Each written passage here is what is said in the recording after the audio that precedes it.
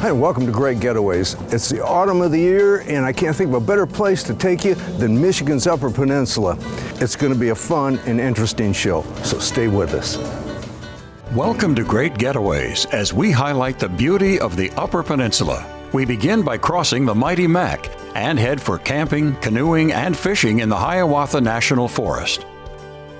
For excitement, we take to the trails around Mackinac on our ATVs, and then spend some time in Gulliver, exploring the Lake Michigan shoreline.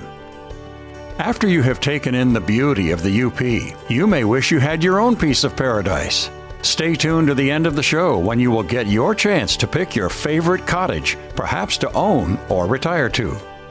Let's get up and away on our UP tour.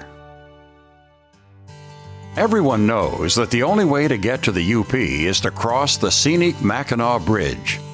But there is more to this bridge than meets the eye, as we would discover when we spoke to Mackinac Bridge Authority Director Bob Sweeney. The bridge was built, it was open to traffic in 1957. They started construction in May of 1954. But yeah, it never gets old, that's for sure. I even though I live and work up here, when I see the towers coming up 75, it's certainly, I feel like I'm home. Mm-hmm. It spans water about 4.5 miles. The bridge itself, the project itself, is 5 miles long. But it's the longest suspension bridge in the Western Hemisphere and third longest in the world. What is it like for people that have never been on it, they're going to be crossing? Is there anything they got to worry about? No, absolutely not. In fact, it's number 2 on the 7 wonders of Michigan.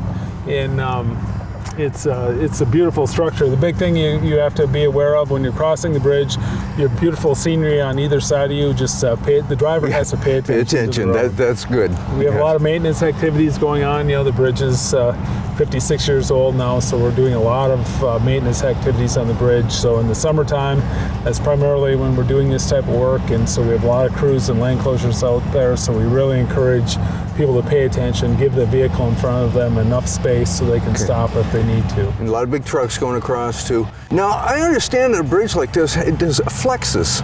Yeah, a suspension bridge is pretty much like a rope bridge across a ravine. A rope bridge across a ravine is a suspension bridge, a type of suspension bridge. So they're really designed to move. They flex with the wind and with the weight. They're designed to accommodate a lot of movement on the bridge. Now, is this something people feel when they go across? No, as long as you're driving across, you really can't feel the movement. But if you happen to be in one of the lane closures where we do stop traffic, you will notice that the bridge is moving. Now, I know we're on the North Shore. A beautiful spot that we're in. There's a little park here that overlooks this. This is probably a good spot for people to come to and get their photographs. Oh, absolutely. That's why we built this. We built this facility so people can take a good picture of the bridge or away from the traffic. Very nice scenery. We have a Bridge View Park building inside that kind of gives a history of the area, transportation in the area from the French settlers on to current day today. So it kind of has a brief pictorial history of the bridge in the Straits area transportation. Bob not only gave us some great information on the bridge, but took us all the way to the top and then all the way to the bottom of this magnificent structure.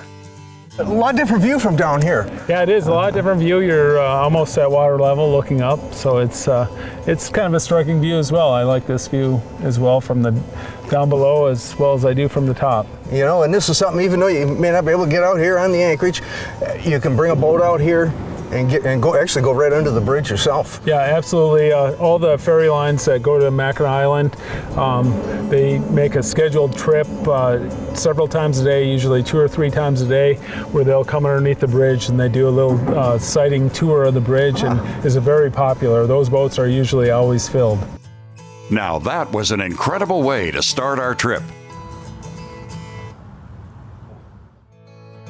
And now we were off to our first destination, the beach on Lake Michigan, where we would meet with some UP residents who would give us information for a fun-filled week of activities while we sat around a campfire enjoying the waves and wind at the top of the lake, northern Lake Michigan.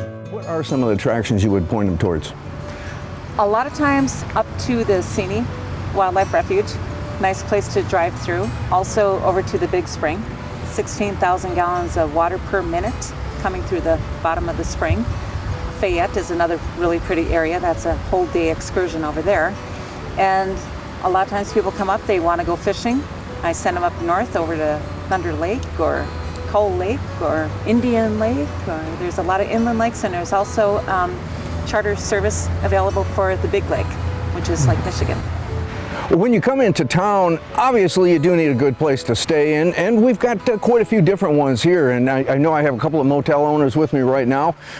Dennis, maybe you could give us an idea. Are there a lot of different motels and different price ranges? Absolutely. There are places to stay that anywhere from the small mom and pop place on to the larger chain motels. We've got campgrounds in the area, just a variety of nice places to stay. One of the things you want to be here for is the fabulous color that's going on. And Connie, maybe I'll turn back to you again here and tell us about some of this great color. Well, as everyone normally knows, this is a time of year that all of our trees are changing color. Over at the Chamber, we have different maps for going on different walking tours, biking tours, or driving tours. And it's basically mostly around Indian Lake area, then back up in the Seney area. And one of the best places I found in this area is to go up Highway 13. You go up Highway 13, come across 28, and then back down M94. And as you're then back down 94, there are also, that's where Colwell Lake is, and a lot of these smaller lakes and campgrounds where you can just drive in and see the different trees as you're driving into these places. An uncomplicated approximately 2.5-hour drive from the Mackinac Bridge through the forested Upper Peninsula brings you to the Widewater Campground in the Hiawatha National Forest off Highway M13. The campground, nestled along the Indian River, is open May 15th through September 30th. Choose from one of the 34 large, forested, well-spaced sites for your camp. After putting up the tent and setting up camp in the private, secluded area, you'll be ready for a relaxing camping experience. There are tables and grills at each site, and the campground has approved drinking water pumps and vault toilets conveniently located throughout the campground. It is the perfect let-in for the Indian River. The Indian River was designated as a wild and scenic river in 1992 and is the most used recreational river in the entire Hiawatha National Forest. It is a gentle, free-flowing river, and the 36-mile stretch beginning at Fish River, flowing to Indian Lake, has been marked as a canoe trail where the canoeing and kayaking is excellent and the varied scenery is beautiful, from canyon-like banks and sharp curves to broad marshland reaches. As you course down the river, you will find it to be 30 to 50 feet wide and 1 to 3 feet deep, although it takes some skill to maneuver around whatever nature has left in the way. The Indian River has little or no rapids, and due to numerous springs feeding it late in the season, this river is known for some of the best water flowage of any river in the Upper Peninsula. Once a working river during the log driving era, now the Indian is a great river for a day paddle or a multi-day canoe trip, where you'll drift past northern hardwoods, mixed conifers, rolling hills, and marshlands. On longer trips, enjoy stopping for a respite along its shores. As I paddle back down the Indian River, I'm kind of reflecting on my day. We've had just one of the nicest fall days out here you could ask for. The temperatures were in the 60s. The colors, as you can see, are just coming out. Nobody's around. If you like people, this is not the place to be. There's just not a lot of people around here. We came out today on this beautiful lake. I think we've seen one other guy. And we paddled around and explored the lake a little bit. Just thoroughly enjoyed ourselves, and now we're headed back. Tom has certainly helped us discover a beautiful getaway on the river. The Brunos Run Trail offers a 9-mile loop ideal for hiking and mountain biking in spring, summer, and fall, and snowshoeing in winter. This is an easy to moderate trail with some short, steep hills. The trail winds its way past a host of small lakes, runs over foothills, along overlooks, and through valleys. The many lakes and streams in the area and its variety of trees and other plants make it likely that while traveling the trail, you'll spot wildlife or signs of their coming and going. If you're alert, you are sure to have an enjoyable outing.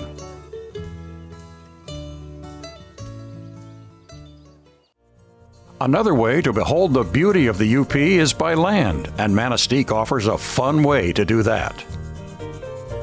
The Grey Wolf Lodge is conveniently located so you are able to enjoy the many attractions the Manistique area has to offer. One of those attractions is the direct access you have to the trails. Trails from Manistique are part of the extensive trail system that connects all over the Upper Peninsula. To satisfy your thirst for adventure, you will want to climb atop an ATV or ORV for the opportunity to ride through the seemingly endless trails and forest roads through the wilderness of the national and state forest lands. Trail riding is one of the fastest growing recreational activities in the Upper Peninsula of Michigan. Challenging trails for the off-road enthusiast can be found throughout the Manistique area, including the Marquette-Manistique ORV Trail. The whole city trail system is signed with state-of-the-art yellow bar signs that are piggybacked off of the DNR signs that are out on the trail system in the county. And so it's very easy to come into town and follow the yellow bar signs. You can do it on a snowmobile or an ATV or a motorcycle.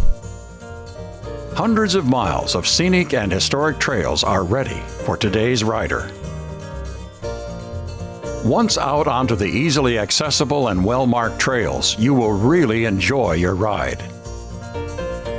The Marquette to Manistique Trail uses old railroad grades, country and forest roads, connecting with various trails for the 26.3-mile course.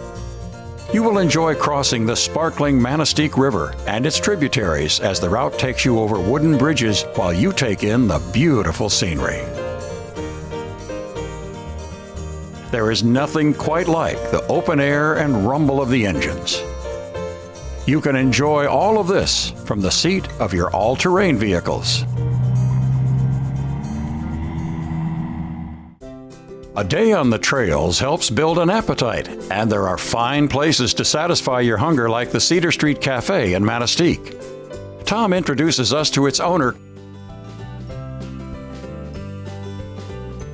We came down for breakfast again at the Cedar Street Cafe, and I love it down here because you come in here and we usually get breakfast here, and I'm telling you what, I have never had such a great breakfast as I get here. Oftentimes I don't even eat lunch because I'm so full after I leave here. But I'm with the owner, Kyle. I'm with Pamela, who works here. And Kyle, maybe you can tell us a little bit about how long have you been here? I've been here for 8 years. Okay. And how did you get into it? You're only, what, 22? I'm 22 years old. That's pretty good for a young guy to have his place like this. Is it something you've always wanted? Yes, it's something I've always wanted to do.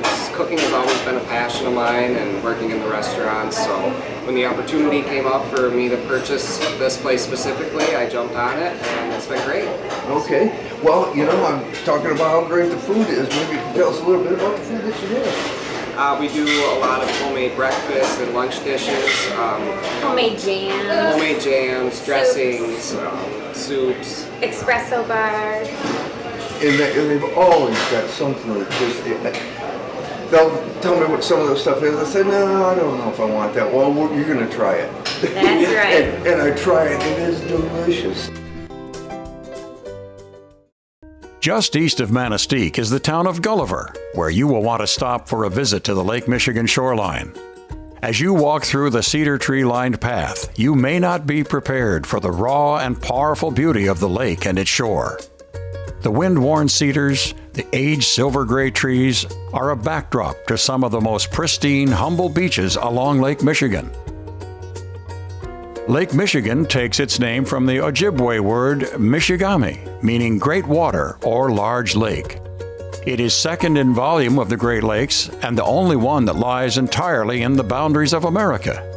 Those are facts you may not remember as you stand taking in vastness, observing the unique plants like the beach grass growing through the sand. The seemingly endless whitecaps roll continuously upon the sandy shore. Its sparkling waters and clean sands deliver the perfect escape as you take in its splendor, as Tom can attest to.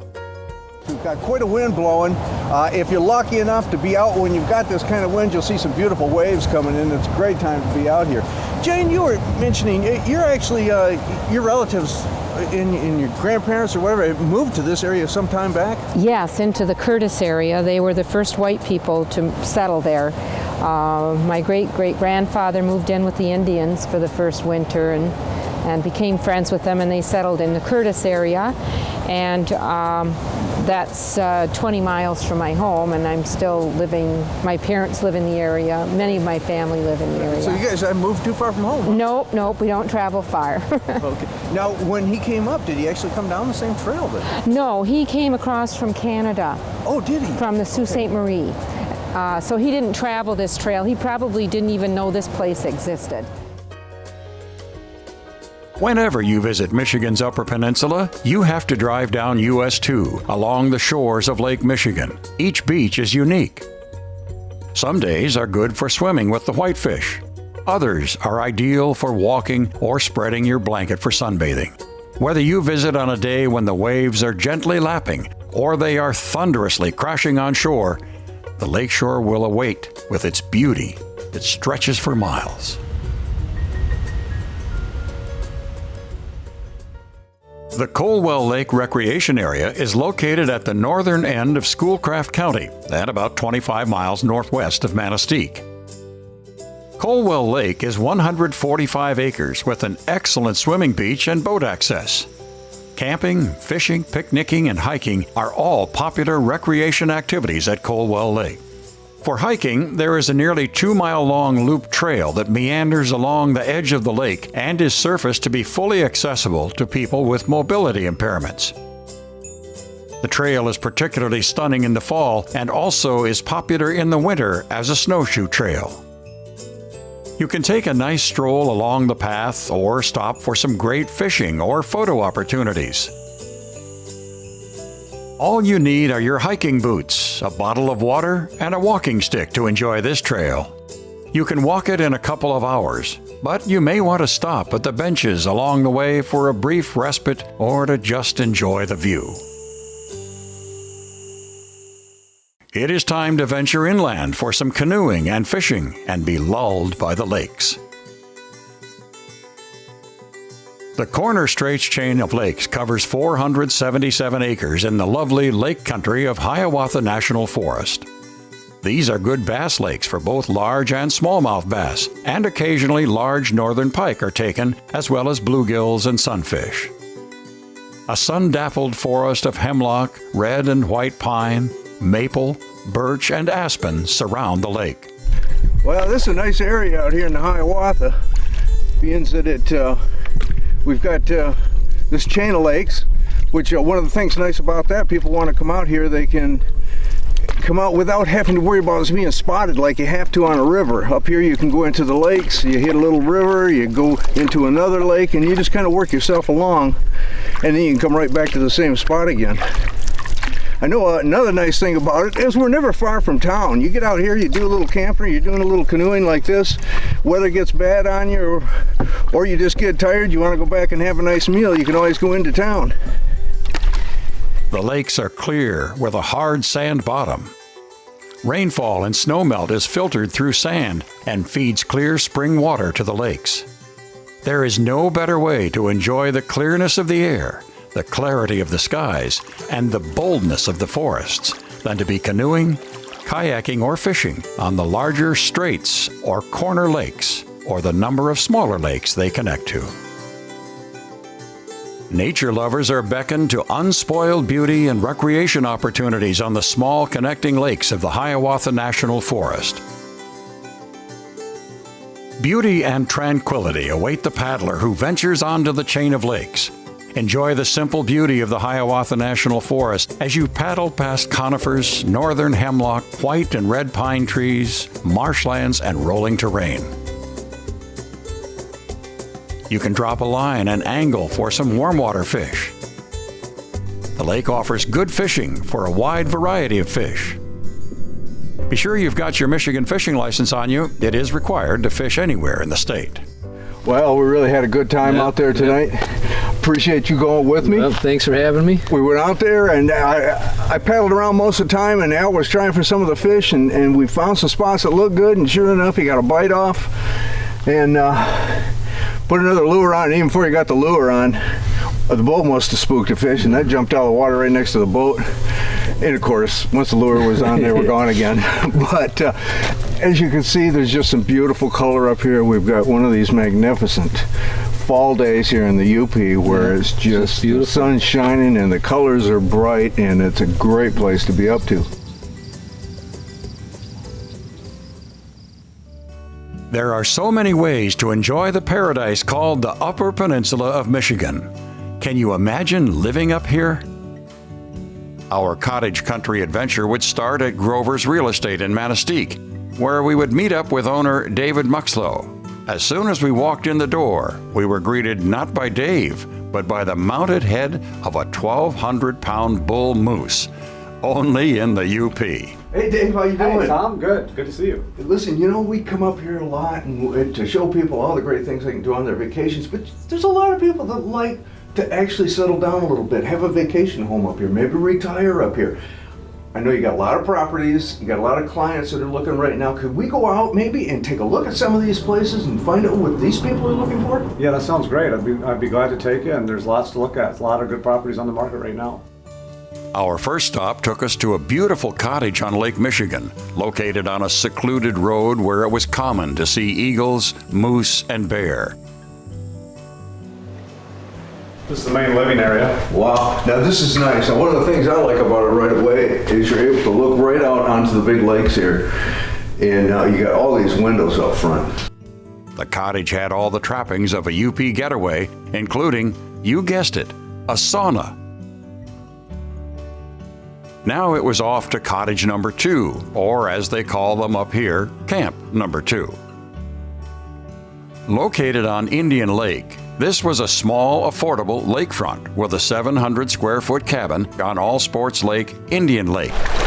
You won't see a beach along the front. They've got more of a break wall that's in here, and that's because it'll wash out if you don't have this kind of wall in here. But just to step off the dock and you're into a sandy beach, and you got a nice deck out here in front of the house that you can set out and kick back if you want to stay in the shade, or get out here if you want to enjoy the sun. Last but not least is this gem, located on a peninsula with a different lake on each side. It doesn't get any better than this. This piece is on Thunder Lake, 360-acre lake. Federal land mostly on this side, other than this little chunk of private, and then the other side has a few cabins and resort. There's a couple resorts on it. Yeah. What do you think? Wow. All right. I tell you what, for me this would be a tough choice. I'm seeing things I like in every one of them. You know what I'm going to do? I'll tell you what we'll do.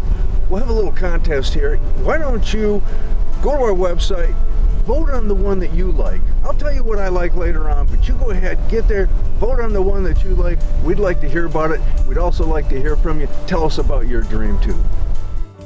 If you would like to learn more about the Upper Peninsula after watching today's show, order a free information packet from the contact information on your screen.